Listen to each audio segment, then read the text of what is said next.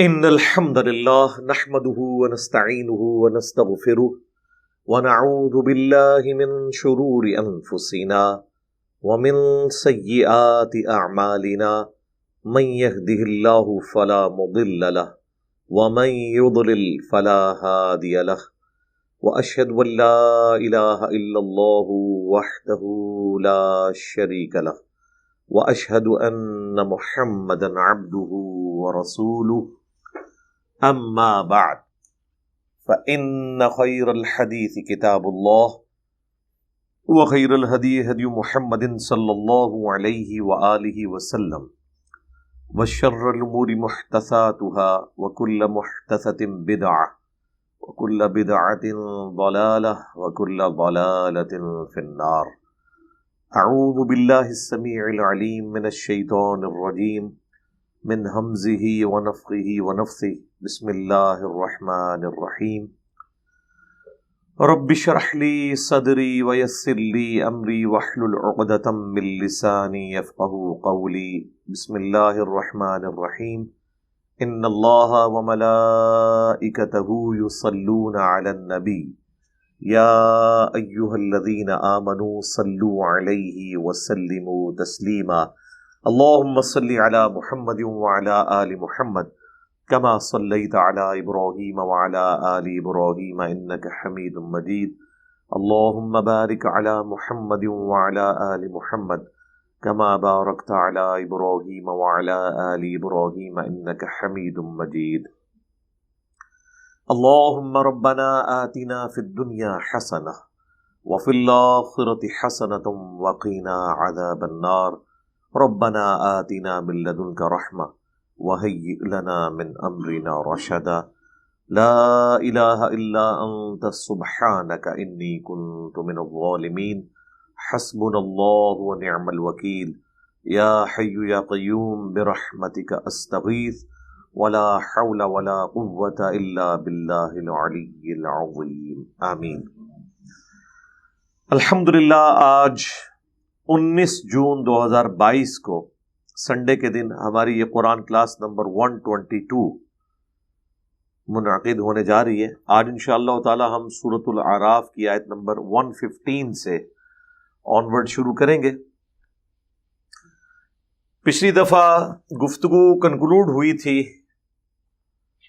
فرعون کے اس اعلان کے اوپر جس کے اگینسٹ اس کے ہرکاروں نے پوری سلطنت سے جادوگروں کو جمع کیا سیدنا موسیٰ علی نبینا و علیہ الصلاۃ والسلام کا مقابلہ کرنے کے لیے، کیونکہ ان کا معجزہ بڑا غیر معمولی تھا. انہوں نے جب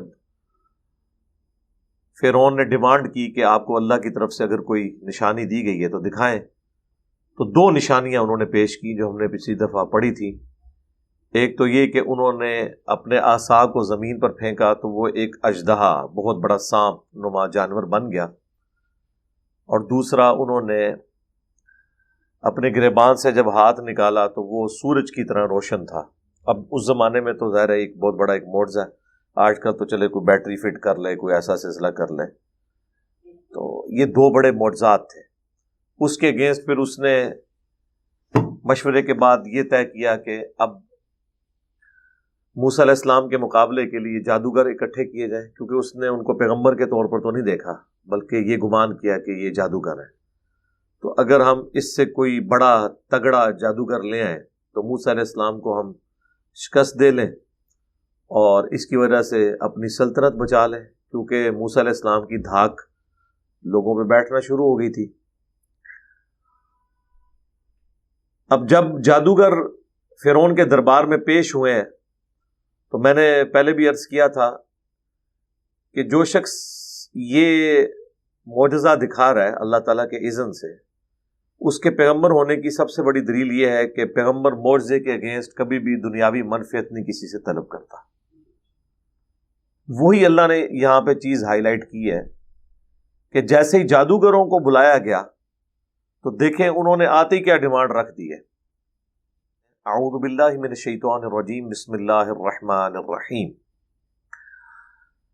آیت نمبر 113 میں وَجَاءَ السَّحَرَةُ فِرْعَوْنَ اور جب آئے جادوگر فرعون کے دربار میں، قالوا ان لنا لاجرا ان كنا نحن الغالبین، تو انہوں نے کہا یقیناً آج تو ہمیں بہت بڑا معاوضہ ملنے والا ہے، بہت بڑی جزا ملنے والی ہے اگر آج ہم غالب آ گئے، اسپیشل گیسٹ ہیں ہم آپ کے، اور اتنے بڑے کام کے لیے آپ نے ہمیں بلایا ہے۔ قال نعم، اس نے کہا کیوں نہیں، ایسا ہی ہے، وَإِنَّكُمْ لَمِنَ الْمُقَرَّبِينَ، نہ صرف تمہیں انعام ملے گا، تم میرے قریبی لوگوں میں شامل ہو جاؤ گے۔ یہ کردار تھا جادوگروں کا۔ ظاہر ہے انہوں نے کرتب دکھا کے معاوضہ ہی طلب کرنا تھا۔ پیغمبر معجزہ دکھانے کے بعد معاوضہ نہیں طلب کرتا، بلکہ وہ یہ کہتا ہے کہ میرا اجر میرے اللہ کے حضور پکا ہے، میں تمہاری آخرت کی فکر میں ہوں۔ اب یہاں پر ایک عقل مندی کی جادوگروں نے، میں سمجھتا ہوں یہی عقل مندی ان کے لیے سبب بن گئی کہ اللہ نے ان کو سب کو ایمان کی دولت سے سرفراز فرما دیا۔ وہ عقل مندی کیا تھی کہ انہوں نے کرٹسی کے اندر آ کر، اب مقابلہ ہونے لگا ہے تو ظاہر ہے پہلے ایک نے کرتب دکھانا ہے پھر دوسرے نے، وہ تو اسے کرتب ہی سمجھ رہے تھے، تو انہوں نے کرٹسی میں موسیٰ علیہ السلام سے کہا، قالوا یا موسیٰ، انہوں نے کہا اے موسیٰ، اما ان تلقی، کیا تم پہلے وہ کرتب دکھاؤ گے اپنی لاٹھی کو ڈال کے؟ ان کی نظر میں تو کرتب ہی تھا۔ وَإِمَّا أَن نَّكُونَ نَحْنُ الْمُلْقِينَ، اگر ایسا نہیں ہے تو آپ اگر اجازت دیں تو ہم سٹارٹ ہم کرتے ہیں، پہلے آپ کو موقع دیتے ہیں، سروس آپ کروا لیں، ٹھیک ہے۔ تو اب یہ چاہے انہوں نے کرٹسی میں بات کی، بہرحال یہ ایک پیغمبر کا انڈائریکٹلی ادب تو ہو گیا اس کے اندر، اور اللہ تعالیٰ کو یہ چیز پسند آئی۔ قال القوا، تو موسیٰ علیہ السلام نے کہا نہیں تم دکھا لو جو کچھ تم نے دکھانا ہے، ڈالو۔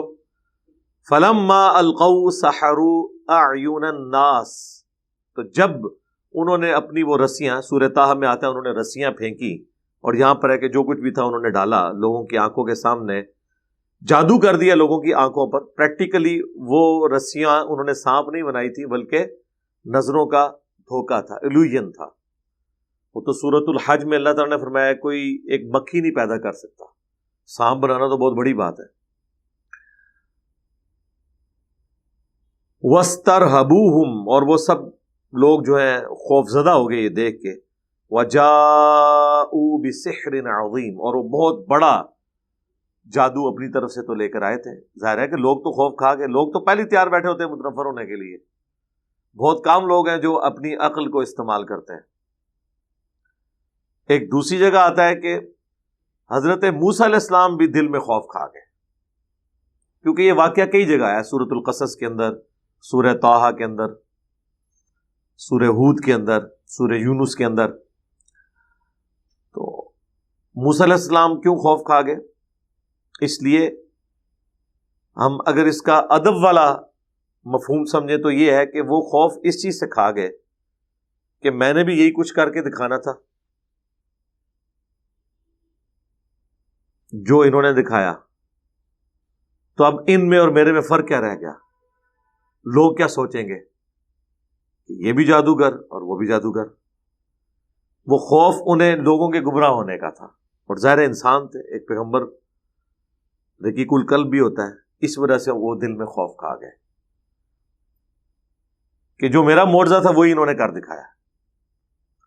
دوسرا، اگر ہم بے ادبی والا معنی لیں تو یہ ہے کہ وہ رسیاں دے کے حضرت موسیٰ علیہ السلام بھی ڈر گئے کہ بھئی یہ کیا انہوں نے کر کے دکھا دیا ہے، اب میرا کیا بنے گا؟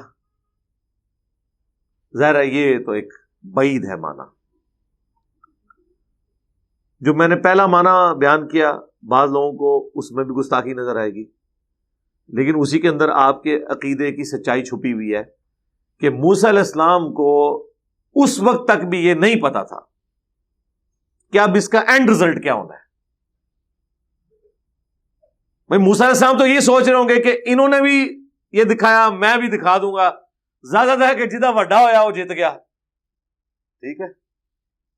یہ تو موسیٰ علیہ السلام کے دماغ میں بھی نہیں تھا کہ جو اس لاٹھی سے اژدھا بنے گا وہ ان کی رسیوں کو جو بظاہر سام نظر آ رہی ہیں نگل جائے گا۔ اینڈ رزلٹ ان کو پتا ہوتا اگر تو وہ خوف نہ کھاتے. آپ خود سوچیں نا, اگر ان کو یہ کانفیڈنس ہوتا کہ میں بھی آسا پھینکوں گا 2 منٹ میں, ان کو جس طرح مجھے کانفیڈنس ہوتا ہے کہ ہاں لے آؤ ذرا کوڑا نے دھما لی دیس تے ہنے میں تھوڑا رفع دین سٹارٹ کرانا, ہم گھبراتے ہیں, خوف کھاتے ہیں کوئی ہمیں گھوڑوں کے دموں والی حدیث دکھائے. ہمیں پتا ہوتا ہے کہ یہی ٹرننگ پوائنٹ ہے جب ہم بتائیں گے کہ یہ سلام پھیرتے وقت ہاتھ اٹھانے کا ذکر تھا, اس بندے نے یہیں سے رخ لیدین شروع کر دینا ہے, یا نہ بھی کیا اس کی درگڑ تو ہم بنائیں گے.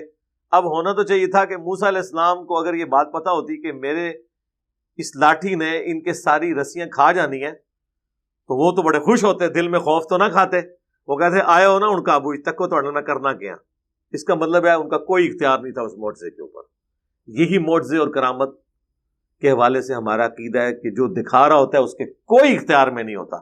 اللہ تعالیٰ جتنا چاہتا ہے جس کے لیے چاہتا ہے وہ جاری فرما دیتا ہے. خوف اسی لیے کھایا نا جی. اب اللہ تعالیٰ نے یہاں پر تو اس خوف کا ذکر نہیں کیا, لیکن سورہ طٰہٰ کے اندر باقی صورتوں میں ذکر کیا ہے. تو اللہ تعالیٰ فرماتا ہے وَأَوْحَيْنَا إِلَىٰ مُوسَىٰ, تو اس وقت ہم نے موسیٰ کو وحی کر دی. اب یہ وحی کی ضرورت اسی لیے پیش آئی ہے کہ اللہ تعالیٰ کو یہ پتا چل گیا کہ موسیٰ علیہ السلام گھبرا گئے, اب ان کو تسلی دینی ہے. ورنہ آلریڈی موسیٰ علیہ السلام کو اللہ نے یہ تو اذن دیا تھا کہ وہ لاٹھی پھینک دیتے مان جاتا. تو کیا وحی کی ان القی عصاک, کہ پھینک تو بھی اپنا عصا.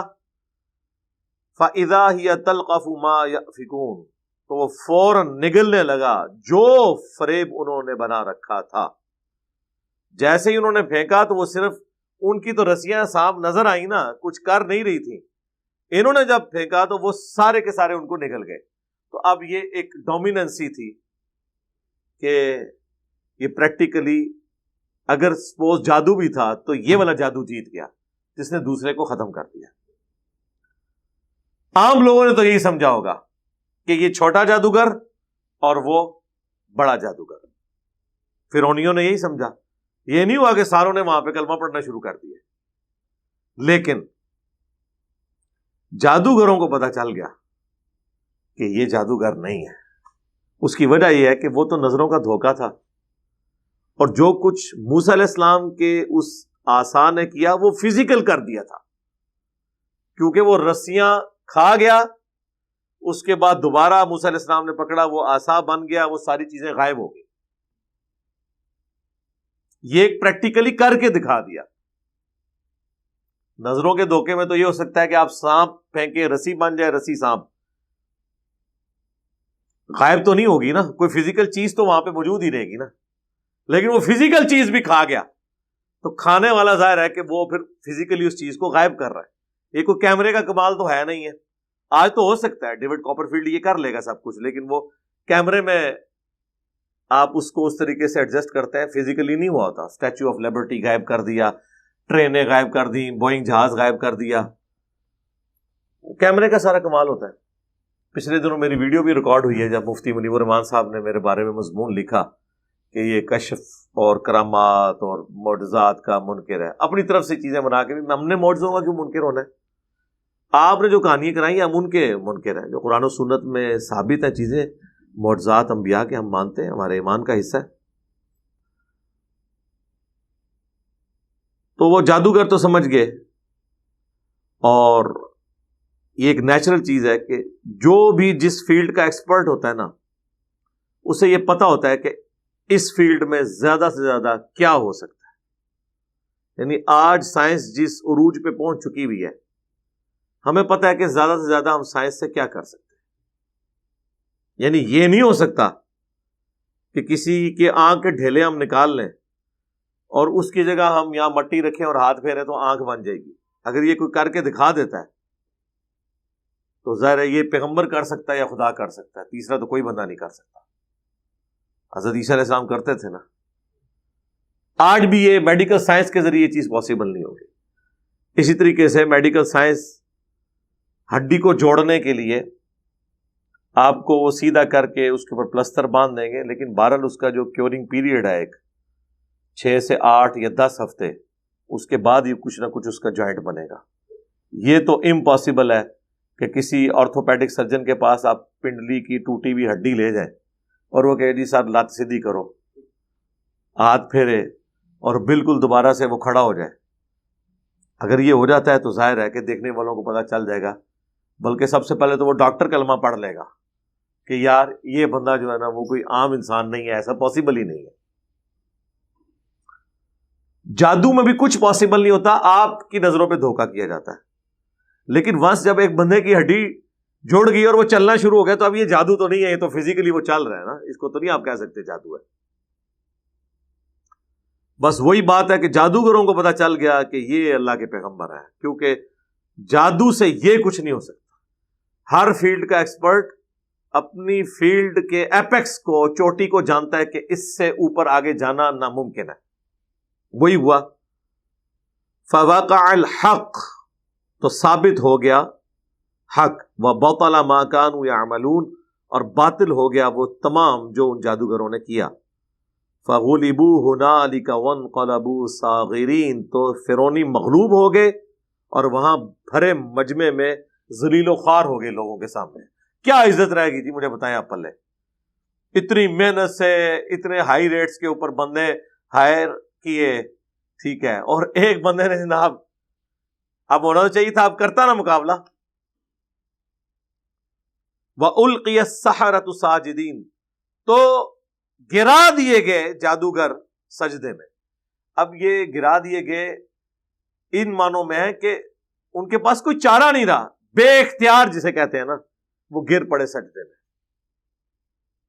قالوا آمنا برب العالمین، اور کہنے لگے ہم تو ایمان لے آئے اس رب پر جو سارے جہانوں کا پالنے والا ہے، رب موسیٰ و ہارون، جو رب ہے موسیٰ کا اور ہارون کا۔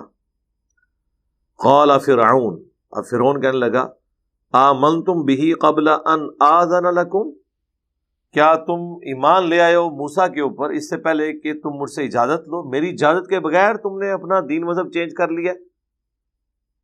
اب مجھے بتائیں، جس نے اپنی آنکھوں سے بخاری مسلم میں نماز کا طریقہ پڑھ لیا، اب اسے کوئی دیوبندیوں کا مفتی کہتا ہے جی میری اجازت کے بغیر تو نے رفع دین شروع کر دیا، تو کیا کہے گا؟ یار تیری اجازت میں نے کیا لینی ہے، میں اندھا ہوں، مجھے نہیں نظر آ رہا کیا ہو رہا ہے۔ یہاں پہ بھی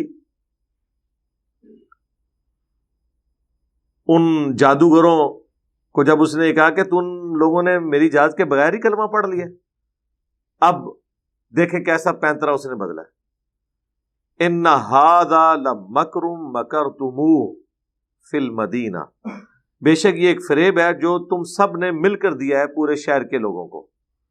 یعنی بجائے یہ کہ وہ حق بات قبول کرتے، الٹا ان جادوگروں کو جو ایمان لے آئے، فرعون نے یہ کہنا شروع کر دیا کہ تم نے اور موسیٰ نے مل کے سارا ڈرامہ کیا ہے، کہ ایک چھوٹا جادو دکھائے گا، دوسرا بڑا دکھائے گا، یوں دھاگ بیٹھ جائے گی اور پھر ہم جو ہے اس ملک پہ قبضہ کر لیں گے۔ کیسا پینترا بدل لیا۔ اب مجھے بتائیں، یہ جملہ بولنے سے کیا جادوگروں نے ان کے مذہب میں واپس آ جانا تھا؟ وہ تو اور پکے ہو گئے نا۔ یعنی جس طرح جب یہ میرے اوپر الزام لگا رہے ہوتے ہیں یہ قادیانی ہے یا اس سے یہود و نصارہ سے فنڈنگ آتی ہے، تو مجھے تو خود پتا ہے کہ مجھے نہیں آتی فنڈنگ، تو اس طرح کرنے سے کیا میں اپنے ارادے میں کمزور ہو جاؤں گا؟ میں تو مزید مضبوط ہو جاؤں گا کہ میرا جو خیال تھا کہ علماء اور فرقوں کے ماننے والے یہ لوگ دو نمبر ہیں، جھوٹے ہیں، بے ایمان لوگ ہیں، یہ اپنی غلط باتوں کو صحیح ثابت کرنے کے لیے کسی بھی وقت کسی پہ کوئی الزام لگا دیتے ہیں۔ ایک بیسک اخلاقیات جو ایک کافر میں موجود ہیں وہ بھی ان کے اندر موجود نہیں ہے، میرا ایمان اور پکا ہو جاتا ہے کہ ہی جھوٹے۔ اس طرح جادوگروں کو تو پتہ چل گیا کہ یار یہ تو واقعی یہ فراڈی ہے فرعون، کہ ہمیں تو پتا بھی نہیں تھا، اس نے ہمیں بلایا، ہم تو موسیٰ کو جانتے بھی نہیں تھے، اور اب یہ کہہ رہا ہے کہ موسیٰ نے اور ان جادوگروں نے مل کے ایک ٹوپی ڈرامہ کیا ہے جس کے ذریعے لوگوں کو یہاں سے نکال دیا جائے اور اس ملک پہ قبضہ کر لیں۔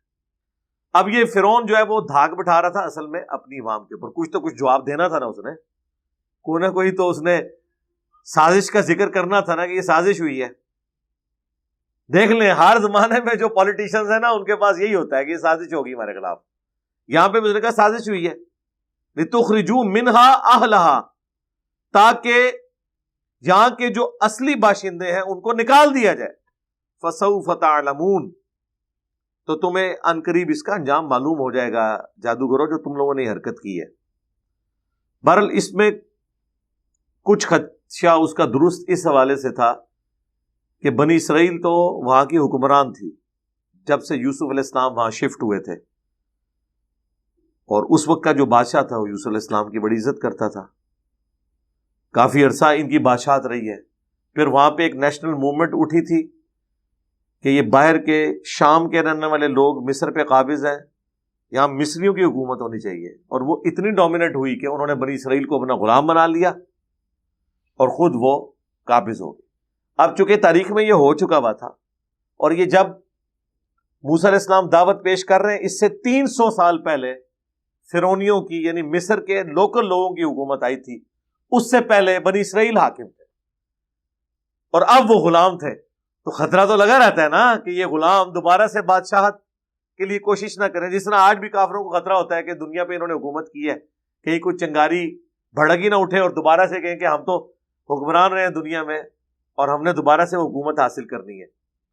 تو خدشہ تو اس کو بھی لگا ہوا تھا، اس لیے اس نے کہا کہ تاکہ تم لوگوں کو تمہارے علاقوں سے نکال دیں گے اور خود قبضہ کر لیں، لَأُقَطِّعَنَّ أَيْدِيَكُمْ، میں ضرور بالضرور کٹوا دوں گا تمہارے ہاتھ، وَأَرْجُلَكُمْ مِنْ خِلَافٍ، اور پاؤں مخالف سمت کے، یعنی دایاں ہاتھ اور بایاں پاؤں، یا بایاں ہاتھ اور دایاں پاؤں۔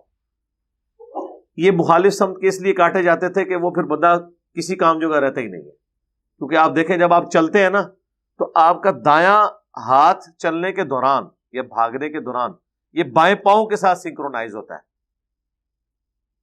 اور بایاں ہاتھ دائیں پاؤں کے ساتھ سنکرونائز ہو کے چل رہا ہوتا ہے۔ تو جب یہ مخالف سمت کے کاٹ دیے جائیں گے نا تو پھر آپ بھاگ نہیں سکتے۔ ویسے تو خیر دوسرے بھی ہوتا ہے لیکن یہ زیادہ ورسٹ کیس ہے۔ ثم لأصلبنکم، اس کے بعد میں ضرور تمہیں سولی دے دوں گا، اجمعین، تم سب کے سب کو۔ اس میں یعنی کسی درخت کے اوپر یوں کیل وغیرہ ٹھوک کے ٹانگ دیتے تھے، پھر ان کے پاؤں کی جو وہ مین بلڈ والی رگ ہے وہ کاٹ دیتے تھے، وہ خون نکلتا رہتا تھا، بلڈ پریشر لاس ہوتا تھا اور بندے کی وہیں پہ ڈیتھ ہو جاتی تھی، اور پھر وہ لاشوں کو لٹکا رہنے دیتے تھے، حتیٰ کہ چیل کوے آ کے وہ لاشیں نوچتے تھے، پھر دیکھنے والوں کے اوپر بڑی روب ڈلتی تھی کہ جی یہ انجام ہوتا ہے۔ حالانکہ جو بندہ مر گیا اس کی بلاز ہے کہ اس کی لاش کے ساتھ کیا ہو رہا ہے، یہ تو زندہ بندے کو تکلیف ہوتی ہے نا۔ اب وہ دیکھیں ایک لمحے میں ان جادوگروں کا ایمان کتنا مضبوط ہو گیا ہے۔ قالوا انا الی ربنا منقلبون، تو انہوں نے کہا کہ ہمیں تو کوئی پرواہ نہیں، بے شک ہم نے ویسے بھی تو لوٹ کے اپنے رب کے پاس ہی جانا ہے، یعنی موت تو آنی ہے، کل نہیں تو آج، اپنے ٹائم سے پہلے نہیں آئے گی، اور جب آنی ہے اس سے لیٹ نہیں آئے گی۔ ظاہر ہے ان کا ایگزٹ دنیا سے ایسے ہی لکھا ہوا تھا، دنیا میں کوئی زندہ بھی رہ لے تو کتنا عرصہ، الٹیمیٹلی تو اسے مرنا ہی ہے، اور اگر کسی کو یہ یقین ہو کہ مرتے ہی جنت مل جانی ہے تو سرکار ہر بندہ مرنے کے لیے تیار ہو جائے، بشرطے کہ یہ کسی پیغمبر کی طرف سے گارنٹی مل جائے۔ ہر بندہ مرنے کے لیے تیار ہے، جو مرنے کے لیے تیار نہیں ہوتے وہ اس لیے وہ کہتے ہیں تھوڑی یاشی اور کر لیں ادھر، اور پھر مرنے سے پہلے تیاری کر لیں گے، تھوڑا ٹائم لگ جائے۔ ورنہ یقین کریں دنیا میں جتنے لوگ مفلسی کی زندگی گزار رہے ہیں، مشکل زندگی گزار رہے ہیں، غربت کی زندگی گزار رہے ہیں، ان سے آج آپ پوچھیں نا کہ مرتے ہی جنت ملے گی، یہ اللہ کی طرف سے سرٹیفکیٹ آیا ہے، لیکن یہ ظاہر ہے کہ ایکسپوز کرنے کے لیے، تو وقت کا پیغمبر موجود نہیں ہے، سارے مرنے کے لیے تیار ہو جائیں گے۔ وَمَا تَنْقِمُ مِنَّا إِلَّا أَنْ آمَنَّا بِآيَاتِ رَبِّنَا، کیا تو ہم سے اس بات کا انتقام لینا چاہتا ہے، صرف اس بات کا کہ ہم ایمان لے آئے بِآيَاتِ رَبِّنَا، اپنے رب کی آیات کے اوپر، لَمَّا جَاءَتْنَا، جبکہ وہ ہمارے پاس آ گئی، اتنا کھلا معجزہ، پیغمبر کو دیکھ لیا، اس کی کامیابی ہمارے اوپر ہم نے دیکھ لی، اس کے بعد ہم کس طریقے سے، کس جسٹیفیکیشن پہ پیغمبر کا یا اللہ کا انکار کر سکتے ہیں؟ اس کے بعد انہوں نے پھر اللہ کے حضور دعا کی۔ یہ اس چیز کے اندر ترغیب ہے کہ انسان جتنے مرضی کانفیڈنس لیول کے اوپر ہو، بہرحال رجوع الی اللہ ہی لانا چاہیے، اللہ ہی صبر دیتا ہے۔ تکلیف سے نکلنے کا راستہ اللہ تعالی کی مدد کا حصول ہے۔ یہی دعا ہے جو مانگی تھی طالوت اور جالوت کی جنگ کے دوران اہل ایمان نے، اور یہی دعا یہاں پہ رپورٹ ہوئی ہے، ربنا افرغ علینا صبرا، اے رب ہمارے ہم پر صبر انڈیل دے۔ الفاظ دیکھیں، یعنی تھوڑا صبر نہیں، نہلا دے ہمیں صبر کے اندر، اتنا زیادہ صبر ہمارے اوپر ڈال دے، یعنی ہمیں توفیق دے۔ وتوفنا مسلمین، اور ہمیں اس حال میں موت دینا کہ ہم سر تسلیم خم کیے ہوئے ہوں، تیری نافرمانی میں نہ مرے بلکہ تیرے تابع فرمان ہو کر مرے۔ وَلَا تَمُوتُنَّ إِلَّا وَأَنْتُمْ مُسْلِمُونَ جو آیا، ربنا افرغ علینا صبرا وتوفنا مسلمین، آمین۔ وقال الملأ من قوم فرعون، بہرحال خیر اس وقت تو یہ سارا معاملہ ظاہر ہو گیا، معاملات سیٹل ہو گئے اس حوالے سے کہ وہ مجمع چھٹ گیا۔ اب بعد میں ظاہر میٹنگ تو ہوئی ہوگی، اتنی بڑی بےعزتی ہوئی ہے ساری پبلک کے سامنے، تو جو سردار تھے، یعنی وہاں کے آپ سمجھ لیں وفاقی وزیر، صوبائی وزیر، جو بڑے بڑی پوسٹوں والے تھے فرعون کی قوم میں سے، وقال الملأ من قوم فرعون، کہا ان سرداروں نے جو قوم فرعون سے تھے، اتذر موسیٰ وقومہ لیفسدوا فی الارض، کیا آپ اسی طرح چھوڑے رکھیں گے موسیٰ کو اور اس کی قوم کو کہ زمین میں فساد مچائے؟ فساد کیا بیچاروں نے کیا ہے، غلام ہے یار، کیا انہوں نے فساد کرنا ہے؟ فساد یہ ہے کہ بےزتی ہو رہی ہے ساڑی، ٹھیک ہے۔ میں نے آپ کو پچھلی دفعہ بتایا تھا کہ اس وقت جو فرعون بیٹھا ہوا تھا نا، یہ موسیٰ علیہ السلام کا چھوٹا بھائی تھا، کیونکہ موسیٰ علیہ السلام کی پرورش جس فرعون نے کی تھی نا، وہ تو مر چکا تھا، اور موسیٰ علیہ السلام ظاہر ایک لے پالک تھے، اس حوالے سے وہ پوری تفصیل سورۃ القصص میں آئے گی۔ تو اس کے بعد فرعون کی اپنی اولاد بھی ہو گئی، اور یہ فرعون جو اس وقت بیٹھا تھا جس کا موسیٰ علیہ السلام سے ٹاکرا ہوا، یہ موسیٰ علیہ السلام کا بھائی تھا، منہ بولا بھائی کہہ لیں، چھوٹا تھا، اور ظاہر دونوں ہی ایک ایلیٹ خاندان میں پلے بڑے تھے۔ موسیٰ علیہ السلام کے ساتھ ٹریٹمنٹ وہ غلاموں والا کر بھی نہیں سکتے تھے، عزت تھی، پھر نظروں میں تھوڑی شرم و یا تو بہرحال ہوتی ہے جو بھی کر لے، تو اس کی کوشش یہی تھی کہ ٹھیک ہے یار ویل لیفٹ کرو معاملے کو، ایک بار ذلت کاٹ لی ہے تو اب زیادہ ان کو دبائیں گے تو ظاہر ہے کہ وہ 6 لاکھ تھے، بغاوت پہ آتے تو کچھ نہ کچھ تو ہو سکتا تھا، لیکن وہ سردار کہہ رہے ہیں کہ سرکار یہ تو سارے دیکھا دیکھی باغی ہو جائیں گے، کیا آپ موسیٰ کو اور اس کی قوم کو یعنی بنی اسرائیل کو چھوڑے رکھیں گے، لیفسدوا فی الارض، کہ یہ زمین میں فساد کریں، وَیَذَرَکَ وَآلِہَتَک، اور تجھے اور تیرے آلہہ کو چھوڑ دیں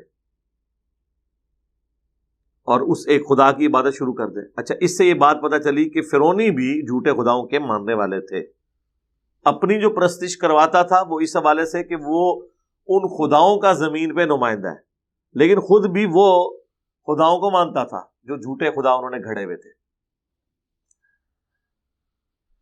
اب جب انہوں نے ذرا پمپ کیا نا اس کو، تو اس نے کہا قال سنقتل ابناءہم، تو اس نے کہا ہم ضرور قتل کریں گے ان کے بیٹوں کو، وَنَسْتَحْيِي نِسَاءَهُمْ، اور عورتوں کو چلیں زندہ چھوڑ دیں گے، یہ مردانگی کے خلاف ہے، تاکہ ان کی مین پاور کبھی بڑھ ہی نہ پائے، ان کے مرد جتنے پیدا ہوں گے ان کو مار دیں۔ وَإِنَّا فَوْقَهُمْ قَاهِرُونَ، اور بے شک ہم ان کے اوپر غالب تو ہیں ہی، ہمارے غلام ہیں، ان کی کیا مجال ہے۔ یہ دوسرا موقع تھا بنی اسرائیل کی ہسٹری میں کہ جب ان کے بچوں کو قتل کیا گیا۔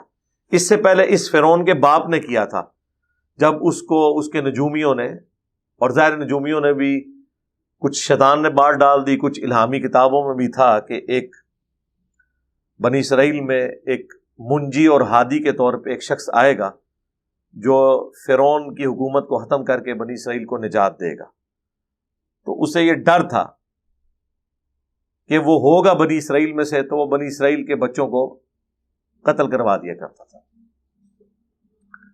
بہرحال وہ اللہ نے معجزانہ طور پہ جس بچے کے ہاتھوں 300 سال کی حکومت فرعونوں کی ختم ہونی تھی، اس بچے کی پرورش فرعون کے گھر میں کروائی.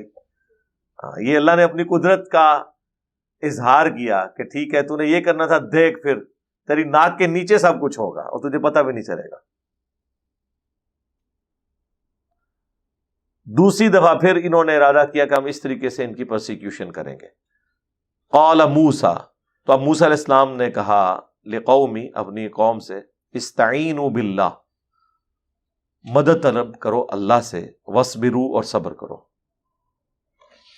لیکن یہ مطلب بات کرنا تو آسان ہے، سننا بھی آسان ہے، عمل کرنا بڑا مشکل ہے.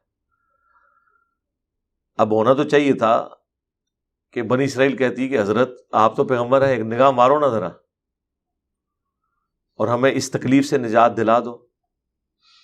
لیکن نہیں، اللہ تعالیٰ نے جس کو تکلیف سے گزارنا ہے وہ تو گزارنا ہے. وَلَنَبْلُوَنَّكُمْ بِشَيْءٍ مِّنَ الْخَوْفِ وَالْجُوعِ وَنَقْصٍ مِّنَ الْأَمْوَالِ وَالْأَنفُسِ وَالثَّمَرَاتِ، ضرور بالضرور آزمائیں گے، خوف سے، بھوک سے، جان اور مال میں نقصان کے ذریعے.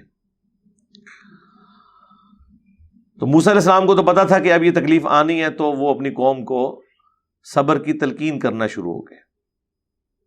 یہ دیکھیں میں نے استعینوا پڑھا ہے کیونکہ لقومہ پہ میں نے وقف کیا تھا. اگر کنٹینیوس پڑھیں گے تو لقومہ استعینوا باللہ واصبروا ان الارض للہ، بے شک زمین تو اللہ کی ہے، یورثها من یشاء من عبادی، وہ وارث کر دیتا ہے اپنے بندوں میں سے جسے چاہتا ہے زمین کا. یعنی اس زمین کے اوپر اگر نافرمانوں کو حکومت ملی ہے تو بھی اللہ کی مرضی سے، اور اگر نیک بندوں کو حکومت ملی ہے تو وہ بھی اللہ کی مرضی سے. تم صبر کرو، ان قریب تمہیں بھی حکومت مل جائے گی، اور مل گئی پھر بعد میں. والعاقبۃ للمتقین، اور دنیا میں اگر نہ بھی ملے تو آخرت تو پرہیزگاروں کے لیے. وہ تو ہے ہی ہے نا، یہاں پہ کتنی بھی تکلیفیں کاٹ لی، موت تو خوشخبری کا پروانہ لے کر آ جائے گی اور ہمیشہ کی زندگی مقدر ہو جائے گی. اب انہوں نے جواب میں کیا کہا جو انسان کے اندر کی آواز ہوتی ہے، الٹا انہوں نے تانا دینا شروع کر دیا موسیٰ علیہ السلام کو. قالوا اوذینا من قبل، کہ موسیٰ پہلے بھی ہمیں تکلیف دی گئی تھی. مطلب کہنے کا مطلب ہے کہ تواڈے آنے نال کیا فرق ہوا ہے، کام تو اتھے ہی ہے. پہلے بھی ہمارے بیٹے قتل ہوتے تھے، تیرے آنے کے بعد تو ہم نجات کی فکر میں تھے، تکلیفیں تو ہمیں ویسے ہی آ رہی ہیں، فائدہ کیا ہوا.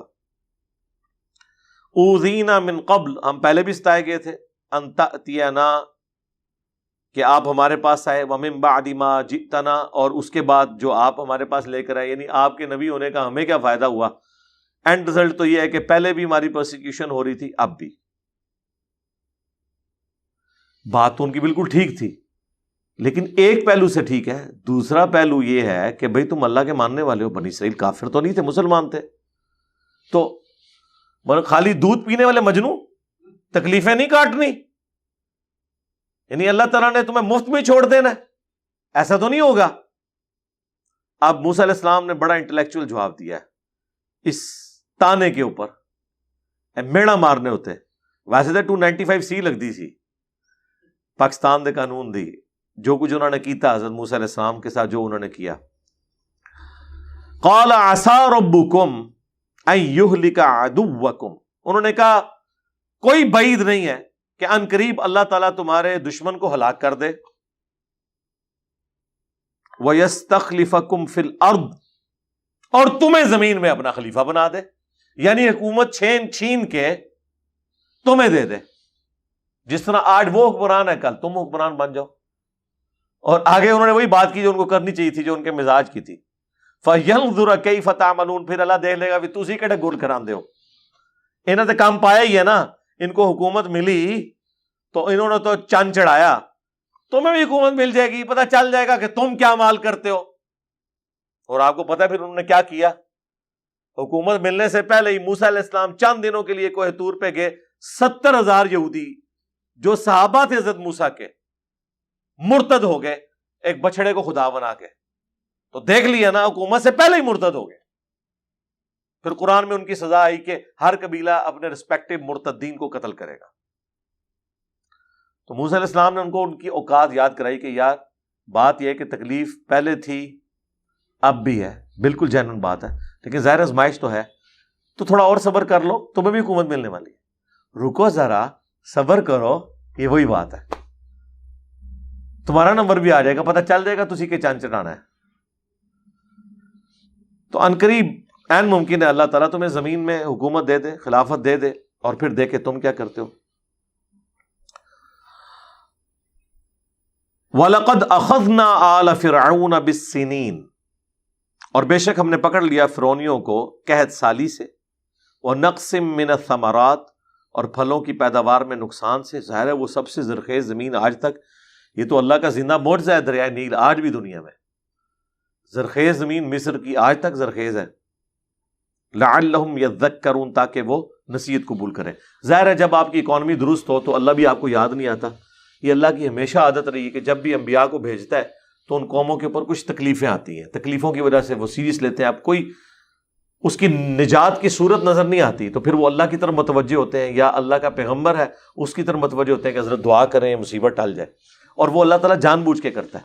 اور یہ نبی علیہ السلام کے کیس میں بھی ہوا، صحیح بخاری میں ہے کہ اللہ تعالیٰ نے مشرکین عرب کو بھی آزمایا، اور پھر آ کے حضور سے وہ بھی دعائیں کرواتے تھے، پھر حضور کی دعا کی برکت سے وقتی طور پہ تکلیف ٹل بھی جاتی تھی، لیکن ایمان پھر بھی کو نہیں لاتے تھے۔ اب آج کے زمانے میں آپ سوچ رہے ہوں گے کہ کیسے ممکن ہے، سرکار آج بھی ہے، آپ لوگوں کو ذرا قرآن بخاری مسلم کھول کے بتا دیں، ٹاس سے مس نہیں ہوتے، سوائے وہ کہ جن کی قسمت میں ہدایت لکھی ہوتی ہے اور وہ ہدایت لینا چاہتے ہیں، ادروائز کوئی فرق نہیں پڑتا کسی کو، پورا قرآن گزار دیں، 100 نوافل پڑھیں گے، ہر رکعت میں پڑھیں گے ایاک نعبد و ایاک نستعین، لیکن صبح فجر کے بعد دربار پہ حاضری دے کے بابے سے بھی مانگیں گے، وہ پڑھنے نہ کوئی فرق نہیں پڑا، کیونکہ جب وہ اپنے آپ کو چینج ہی نہیں کرنا چاہ رہے، جیسے وہ یہودی کہتے تھے کہ ہمارے دلوں پر غلاف چڑھے ہوئے، ہم پہ کوئی بات اثر نہیں کرتی، تو اللہ تعالیٰ ماتا ہے غلاف نہیں، لعنت پئی ہے تواڈے تے، یہی جواب دینا چاہیے کہ لعنتیو، اس بات کے اوپر خوش ہو رہے ہو کہ ہم پہ پیغمبر کی بات اثر نہیں کر رہی ہے اور ہم بڑے مضبوط عقیدے والے ہیں اپنے فاسد عقائد کے اوپر، یہ تو لعنت پڑی ہوئی ہے۔ تو اللہ تعالیٰ نے قحط سالی اور پھلوں کے نقصان سے آزمایا تاکہ وہ نصیحت قبول کرے۔ فَإِذَا جَاءَتْهُمُ الْحَسَنَةُ، جب ان پہ خوشحالی آتی، قَالُوا لَنَا هَٰذِهِ، وہ کہتے ہیں ہم اس کے مستحق ہیں، تھوڑی محنت کی تھی جی اسی، دیکھو نا جی اتنی ایفرٹ پٹ کی ہے تو فصل تو اچھی ہونی چاہیے تھی۔ وَإِن تُصِبْهُمْ سَيِّئَةٌ، اور جب کبھی کوئی تکلیف پہنچتی، کھیت ان کے برباد ہو جاتے یا کوئی کیڑا لگ جاتا، ٹڈی دل آ جاتا، تو کیا کہتے؟ یطیروا بموسیٰ ومن معہ، تو کہتے یہ موسیٰ اور اس کے ساتھیوں کی نحوست پڑ گئی ہمارے اوپر، انہوں نے ہمارے بتوں کو ناراض کیا، انہوں نے ہمارے جھوٹے خداؤں کو ناراض کیا، اس کی وجہ سے مار پڑ گئی ہے۔ الا، آگاہ ہو جاؤ، انما طائرہم عند اللہ، کہ جو کچھ بھی اس طرح کی جس کو آپ نحوست کہہ رہے ہو، جو بھی ایسے معاملات ہیں یہ تو صرف اللہ کی طرف سے ہوتے ہیں، وَلَٰكِنَّ أَكْثَرَهُمْ لَا يَعْلَمُونَ، لیکن اکثر لوگ نہیں جانتے۔ وَقَالُوا مَهْمَا تَأْتِنَا بِهِ مِنْ آیَةٍ، وہ کہنے لگے موسیٰ علیہ السلام سے تم جو مرضی معجزہ لے آؤ ہمارے پاس، لِتَسْحَرَنَا بِهَا، تاکہ کوئی جادو کر دو ہم پر، فَمَا نَحْنُ لَكَ بِمُؤْمِنِينَ، تب بھی ہم تمہاری بات نہیں ماننے والے۔ یہ ہے پوائنٹ آف نو ریٹرن، جب کوئی اس پوائنٹ پہ پہنچ جائے نا کہ جو مرضی کر لو، ہم نے اپنی اس فرسودہ نظریات اور عقیدے کو نہیں چھوڑنا، تو اس کا مطلب ہے ختم اللہ علی قلوبہم وعلی سمعہم وعلی ابصارہم۔ اس کا رزلٹ یہ نہیں ہوگا کہ اللہ تعالیٰ بھی آگے سے غصے میں آ جائے گا، اچھا دیکھو ہمیں تو کس طرح سیدھا کرنا، نہیں۔ دنیا میں اگر آپ کسی کو دھمکی لگائیں نا کہ کر لے جو کچھ کرنا ہی، اور پھر کر کے دستا ہے، لیکن اللہ تعالیٰ سے جب اس طرح کی کوئی گفتگو کرے نا، اور اس کے پیغمبر سے کہ ہم نے تیری بات نہیں ماننی، جو مرضی کر لے، تو نہ پیغمبر منت مارتا ہے نہ اللہ، بلکہ عذاب آتا ہے کہ ٹھیک ہے۔ حالانکہ اللہ کے لیے مسئلہ ہے، آنے واحد میں سب کو ابو بکر عمر عثمان علی بناتا ہے۔ قرآن میں درجنوں جگہ آیا کہ اگر ہم نے ہدایت ہی دینی ہوتی تو زبردستی تو سب کو دے دیتے، لیکن اللہ کے ہاں یہ بات طے پا چکی ہے کہ میں ضرور بھر دوں گا جہنم کو سرکش جن اور انسانوں سے، یہ اللہ کا وعدہ ہے۔ اللہم اجرنا من النار، آمین۔ اللہم انا نسألک جنت الفردوس مع النبیین والصدیقین والشہداء والصالحین آمین. تو کہنے لگے جو مرضی کر لیں، ہم نے نہیں مان لانا. تو اب اللہ تعالیٰ نے پے در پے ان کے اوپر مختلف عذابات بھیجے، اور یہ ایک بڑے یونیک عذاب ہیں جو بنی اسرائیل کے اوپر آئے ہیں، بڑے حیران کن. کیا ہے؟ اب ذرا یہ گنتے جائیں کون کون سے عذاب آئے ہیں. فَأَرْسَلْنَا عَلَيْهِمُ الطُّوفَانَ، طوفان کا عذاب آیا. اب ریگستانی علاقوں کے اندر طوفان کا عذاب آئے، اور اتنے بڑے بڑے ریت کے پہاڑ، ان کے نیچے آپ کے مکان دب جائیں، جو کھانے والی چیزیں ہیں اس میں بھی ریت گھس جائے، اور جھکڑ کی وجہ سے آپ کا جو فصل والا معاملہ ہے، ہلکی سی لو چلتی ہے، کہتے ہیں نہیں اس دفعہ وہ پھول گر گئے اور آم کی پیدائش اچھی نہیں ہونی.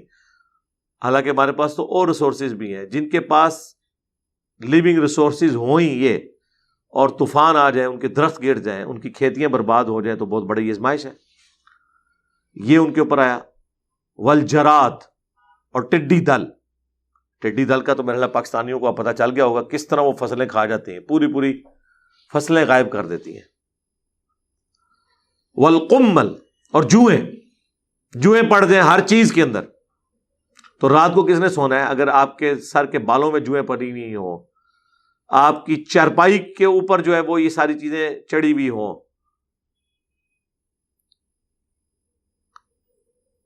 والضفادع، اور مینڈک، ہنڈیا میں سے مینڈک پھدکتے ہوں، ہر جگہ مینڈک ہی مینڈک پھر رہے ہوں. وہ ویسے ہی بندے کو کراہت آتی مینڈک کو دیکھ کے. ہے تو باقی جانور بھی ننگے ہوتے ہیں، لیکن وہ تو بالکل ہی ننگے ہی فیل ہو رہا ہوتا ہے، اور اس کی حالت بھی دیکھ کے کراہت آتی جیسے چھپکلی کو دیکھ کے. والدم، اور خون کا یہ حال تھا. وہ ہنڈیا پکاتے تھے، کھانے کے لیے بیٹھتے تھے، ہنڈیا کھولی، خون نکل آیا بیچ میں سے. پکایا کچھ اور تھا، جو چیز بھی شوربے کی جگہ خون نکل آیا. آپ بھی ذرا مجھے بتائیں نا، آپ کو تو گوشت کی جگہ دال دے دے تو آپ کا موڈ آف ہو جاتا ہے، اور آپ کو گوشت کا بتا کے اینڈ پہ ہنڈیا کھولے، اس میں سے خون نکل آئے، شوربے کی جگہ خون نکل رہا ہو، تو کیا حالت ہوگی. اور ہر گھر میں ایسا ہو. ایک تو ہے نا کہ آپ نئی ہنڈیا پکا لیں گے، لیکن جب اللہ کا عذاب آیا ہوا ہے، کوئی بھی ہنڈیا پکائیں گے وہ خون مان جانی ہے. آیات مفصلات، یہ واضح نشانیاں تھیں، الگ الگ آئیں باری باری. فاستکبروا، پس وہ تکبر کرتے تھے. وکانوا قوما مجرمین، اور وہ ایک پیشہ ور مجرم قسم کی قوم تھی. اب یہ جب عذابات آتے تھے تو ان کا اس وقت ایٹیچیوڈ کیا ہوتا تھا؟ اس وقت بندے کے پتر بن جاتے تھے. مینڈکوں کا عذاب آ گیا. اچھا، اس کے اوپر اب فلمیں بھی بن چکی ہوئی ہیں، ویسے انہوں نے پریکٹیکلی وہ کر کے یہ ساری چیزیں دکھائی ہیں. وَلَمَّا وَقَعَ عَلَيْهِمُ الرِّجْسُ، جب ان کے اوپر کوئی عذاب آتا تھا اللہ کی طرف سے، قالوا یا موسیٰ، تو وہ آ کے موسیٰ علیہ السلام سے آ کے دعا کرواتے تھے. یار اب اس بندے سے تم دعا کروانے آ رہے ہو تو اب تو تمہیں یقین آ جانا چاہیے کہ اللہ کا پیغمبر ہے، کہ تم سب فیل ہو گئے ہو اس تکلیف کو ٹالنے میں، اور اس شخص کے پاس جا رہے ہو کہ جس نے اپنے رب سے دعا کروا کے تمہاری تکلیف ٹالنی ہے، تو اس رب پہ ایمان کیوں نہیں لاتے؟ تو کہتے ادعو لنا ربک بما عہد عندک، دعا کیجیے اپنے رب کے حضور جو عہد ہے آپ کا، آپ اللہ کے خاص بندے ہیں، اور رب بھی ہمارا نہیں جو تمہارا رب ہے، ماننا پھر بھی کوئی نہیں. نہ ان کشفت عنا الرجز، کہ اگر یہ تکلیف ہم سے دور ہو گئی نا، لنؤمنن لک، تو ہم ضرور آپ پر ایمان لے آئیں گے. وَلَنُرْسِلَنَّ مَعَكَ بَنِي إِسْرَائِيلَ، اور دوسرا یہ جو آپ بار بار ڈیمانڈ کر رہے ہیں، پہلے دن سے حضرت موسیٰ علیہ السلام کی ایک ہی ڈیمانڈ تھی کہ تم نے ایمان نہیں لانا، جاؤ جہنم میں، لیکن یہ جو 6 لاکھ بنی اسرائیل جو تم نے غلام بنائی، یہ مجھے دے دو، میں ان کو ان کے آبائی وطن شام لے جاتا ہوں. آج کل یہی ہوتا ہے نا لوگوں کو، زیادہ مسئلہ حکومتوں کو، کہ یار یہ جو ہے وہ ہم اپنے ملک میں مہاجرین نہیں آنے دیں گے، ان کو نکال دیں، جس طرح برما کے مسلمانوں کے ساتھ انہوں نے کیا، ان کو نیشنلٹی کینسل کر دی. ابھی بھی کئی بنگالی ہیں جو کراچی بیٹھے ہوئے ہیں، ان کو نیشنلٹی نہ پاکستان کی ہے نہ بنگلہ دیش قبول کرتا ہے. یہ بہت بڑا مسئلہ ہے. تو الٹیمیٹلی اگر ایک کوئی بندہ ان میں منجی آتا ہے اور وہ کہتا ہے کہ ٹھیک ہے یار، جتنے پاکستان کے اندر اس طرح کے مہاجر ہیں میرے والے کرو، میں ان کو لے جاتا ہوں ادھر سے، تم اپنی اکانومی سنبھال لو، تو بالکل تیار ہونا چاہیے. تو یہ فرعونی کیوں نہیں تیار ہوئے؟ اس لیے کہ وہ سارے غلام تھے، انڈیپینڈنٹ نہیں تھے، وہ مفت کے ملازم تھے ان کے، اپنے ملازم کون چھوڑتا ہے؟ اتنی بڑی مین پاور جن کے ذریعے انہوں نے اتنے بڑے بڑے پیرامڈز بنوائے یا باقی اپنے کام، نہریں جاری کروائیں، ڈیمز بنوائے، یہ سارے کام، اور ایک سستی لیبر ان کو اویلیبل تھی. لیکن جب عذاب آتا تھا تو کیا کہتے تھے؟ اگر یہ تکلیفیں ہم سے دور ہو گئی، ہم ضرور ایمان لے آئیں گے تم پر، اور جو تمہاری خواہش ہے نا کہ بنی اسرائیل کو تم لے کے جانا چاہتے ہو شام میں، ابراہیم علیہ السلام کے مسکن میں لے جانا، اجازت ہے. اب وہ دعا کر دیتے موسیٰ علیہ السلام، دعا کی برکت سے عذاب ٹل جاتا. اور دیکھیں ایک دفعہ نہیں ہوا یہ، اللہ تعالیٰ نے فرمایا ہم نے یہ سارے عذابات وقتاً فوقتاً بھیجے ہیں. یعنی پہلے طوفان آیا، دعا کروائی، ٹل گیا، پھر منکر ہو گئے. دوسرا موقع اللہ نے دیا، ٹڈی دل آیا، دعا کروائی، ٹل گیا. تیسرا موقع دیا، جوئیں، اس کے بعد پھر مینڈک، اس کے بعد خون. یہ سارے عذابات وقتاً فوقتاً آتے تھے، ہر دفعہ وہ وعدہ کر کے مکر جاتے تھے. فَلَمَّا كَشَفْنَا عَنْهُمُ الرِّجْزَ، جب ہم دور کر دیتے ان سے وہ عذاب، وہ تکلیف، إِلَىٰ أَجَلٍ، کچھ مقررہ مدت تک کے لیے، کیونکہ اس کے بعد پھر اگلا عذاب آ جاتا. ہم بالغوہ، اس مدت تک کے لیے جس تک کہ وہ پہنچ جائیں، اذا ہم ینکثون، تو وہ پھر وہ وعدہ کر کے اس کو توڑ دیتے. فانتقمنا منہم، پس پھر ہم نے انتقام لیا ان سے. ایک نہیں کتنی دفعہ ڈھیل دی ہے اس کے بعد. فاغرقناہم فی الیم، اور انہیں غرق کر کے رکھ دیا سمندر میں. بانہم کذبوا بآیاتنا، بسبب اس کے کہ وہ آیات، ہماری آیات کو جھٹلایا کرتے تھے. وَكَانُوا عَنْهَا غَافِلِينَ، اور اس سے وہ بالکل غافل ہی رہے. اب یہاں پہ اللہ نے مختصر ذکر کیا ہے، وہ پوری تفصیل سورہ یونس کے اندر آتی ہے کہ جب بنی اسرائیل کو راتوں رات لے کر نکلے حضرت موسیٰ علیہ السلام، تو فرعونیوں نے ان کا پیچھا کیا. اس وقت تو انہیں سمجھ نہیں آئی ہے، ورنہ 6.5 لاکھ کے قریب آپ سمجھ لیں لشکر ہو، 6 لاکھ کا لشکر تھا، اور 50 ہزار کے 12 قبائل تھے. اتنا بڑا لشکر لے کے ایک بندہ راتوں رات نکلے تو ہلچل نہیں مچ جاتی یار. ایک محلے میں شفٹنگ ہو رہی ہو تو رات کو کوئی سوتا نہیں ہے. لیکن اللہ نے ان پہ ایسی غفلت تاری، انہیں بعد میں پتا چلا. پھر انہوں نے پیچھا کیا تو وہ مصر سے شام کی طرف آ رہے تھے. اس دوران کچھ سمندری جھیلیں آتی ہیں. اب وہ جھیلیں باقی نہیں رہی، انہی جھیلوں کو جوڑ کے نہر سوئز بنا دی گئی ہے. تو اتنا ہزاروں کلومیٹر کا سفر ہوتا تھا، افریقہ سے گھوم کے تو آتے تھے. وہ نہر سوئز کی وجہ سے یہ معاملہ حل ہو گیا. تو اس میں سے ہی کوئی سمندری جھیل وہ کراس کر رہے تھے. تو جب وہ سمندری جھیل کے کنارے پہنچے، پھر ساتھیوں نے کہا کہ موسیٰ مر گئے. اب موسیٰ علیہ السلام کیا کریں؟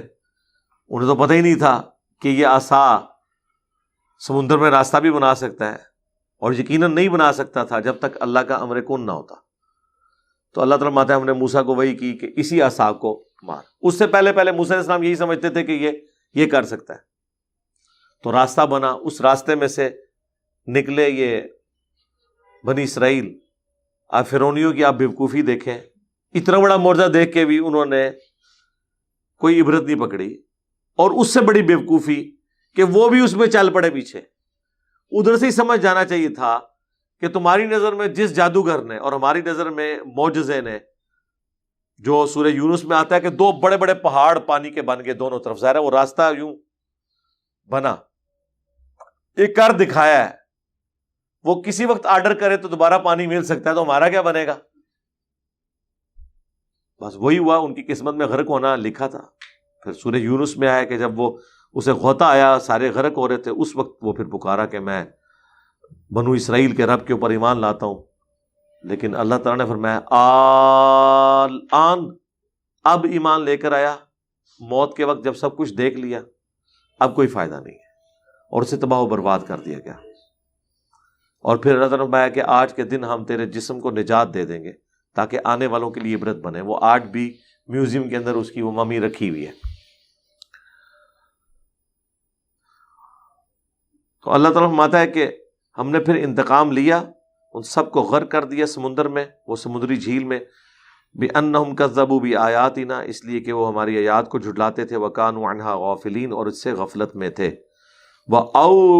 وَأَوْرَثْنَا الْقَوْمَ الَّذِينَ كَانُوا يُسْتَضْعَفُونَ، اور ہم نے وارث بنا دیا اسی قوم کو جو حقیر سمجھے جاتے تھے مصر کے اندر، مشارق الارض ومغاربها التي باركنا فيها، اس زمین کے شرق و غرب کا مالک بنا دیا جس میں ہم نے برکت رکھی تھی۔ وہ برکت والی زمین سورہ بنی اسرائیل میں آیا ہے، شام کی سرزمین، زرخیز سرزمین، لیکن یہ ایک دم نہیں ہوا، اب یہ اس میں بہت لمبا ٹائم پیریڈ لگا ہے۔ اس کے بعد موسیٰ علیہ السلام کو اللہ تعالیٰ نے کوہ طور پہ بلایا، وہاں سے تختیاں لے کر آئے، پیچھے سے یہ مرتد ہو گئے، اور پھر توبہ والا معاملہ ہوا، پھر اللہ تعالیٰ نے وحی کی کہ موسیٰ علیہ السلام اپنے ساتھیوں کو لے کے جائیں، شام ہم نے آپ کو سرزمین پلیٹ پہ رکھ کے نہیں دینی، وہاں پہ کافروں کا قبضہ ہے، آپ کو جہاد اور قتال کرنا پڑے گا۔ اور جب جہاد کی باری آئی تو سارے ہی پیچھے ہٹ گئے، 6 لاکھ میں سے 6 بندہ بھی نہیں نکلا، صرف 2 بندے نکلے، حضرت ہارون اور یوشع ابن نون، جوشوا یا یوشع ابن نون، اور پھر اس کی وجہ سے اللہ تعالیٰ کو ان پہ جلال آیا۔ سورۃ المائدہ میں یہ گزر چکا ہے۔ اللہ تعالیٰ نے پھر کہا کہ اب بنی اسرائیل کے لیے سزا ہے کہ 40 سال تک اسی ریگستان کی زمین میں بھٹکتے پھریں گے، شام نہیں پہنچ سکتے آپ، حالانکہ کتنا فاصلہ تھا، 40 سال تک وہیں پہ بھٹکتے رہے۔ وہاں تو قبرستان اتنے آباد ہو گئے، مر گئے وہیں پہ، بلکہ نئی نسل پیدا ہو گئی، نئی نسل پیدا ہو گئے، جوان ہو گئی، ان کو پھر یہ تھوڑی شرم آئی کہ ہمارے آباء و اجداد نے انبیاء کے ساتھ یعنی ایک خیانت کی تھی، دھوکہ کیا تھا۔ موسیٰ علیہ السلام بھی فوت ہو گئے، اسی وجہ سے وہ صحیح مسلم میں آتا ہے نا کہ میں نے شب معراج سرخ ٹیلے کے پاس موسیٰ علیہ السلام کی قبر دیکھی، وہ قائم یصلی فی قبری، وہ اپنی قبر میں نماز پڑھ رہے تھے۔ موسیٰ علیہ السلام کی قبر پھر وہ راستے میں، چونکہ موسیٰ علیہ السلام اسی ریگستان میں فوت ہوئے، ان کو وہیں دفنا دیا گیا، کیونکہ اس زمانے میں مزار تو نہیں بنائے جاتے تھے نا، یہ تو آپ نے بنایا نا معاملات، ورنہ تو وہ لاش لے کے شفٹ ہوتے وہاں پہ، ٹھیک ہے، بر وہیں پہ دفنا دیے گئے۔ اس سے پہلے حضرت ہارون علیہ السلام فوت ہو گئے، موسیٰ علیہ السلام بعد میں فوت ہوئے۔ پھر موسیٰ علیہ السلام نے فوت ہونے سے پہلے جو یوشع ابن نون تھے انہیں اپنا خلیفہ مقرر کیا، اللہ نے انہیں پیغمبر بھی بنا دیا۔ پھر وہ جب پیغمبر بنے، اور اس وقت بنی اسرائیل جو ٹف ماحول کی عادی تھی ریگستانی، انہوں نے کہا کہ حضرت ایک دفعہ ہمیں موقع دیں کہ ہم جہاد کریں اور اپنے آباء و اجداد کی سرزمین حاصل کریں۔ پھر جہاد کیا، پھر اللہ تعالیٰ نے وقتاً فوقتاً شام کی فتوحات ان کو دیں، اور پھر الٹیمیٹلی بنی اسرائیل آباد ہوگی دوبارہ سے۔ لیکن یہ پورا جو معاملہ ہے نا، یہ آپ سمجھ لیں آدھی سے زیادہ صدی کے اوپر محیط ہے، جس کو اللہ تعالیٰ نے فرمایا کہ ہم نے انہیں وارث کر دیا۔ اتنی آسانی سے وارث نہیں ہوئے تھے، یہ نہ سمجھیں کہ آج فرعون ڈوبا ہے تو کل جو ہے وہ بنی اسرائیل نے حلف لے لیا، اور وہ وزیر جتنے آپ کو نظر آ رہے تھے، کوئی کسی نے وزارت سنبھالی ہوئی ہے معیشت کی اور کسی نے جناب خزانے کی، نہیں، وہ مر کھپ کے سارے، اگلی نسلاں میں جا کے یہ سب کچھ ہوا۔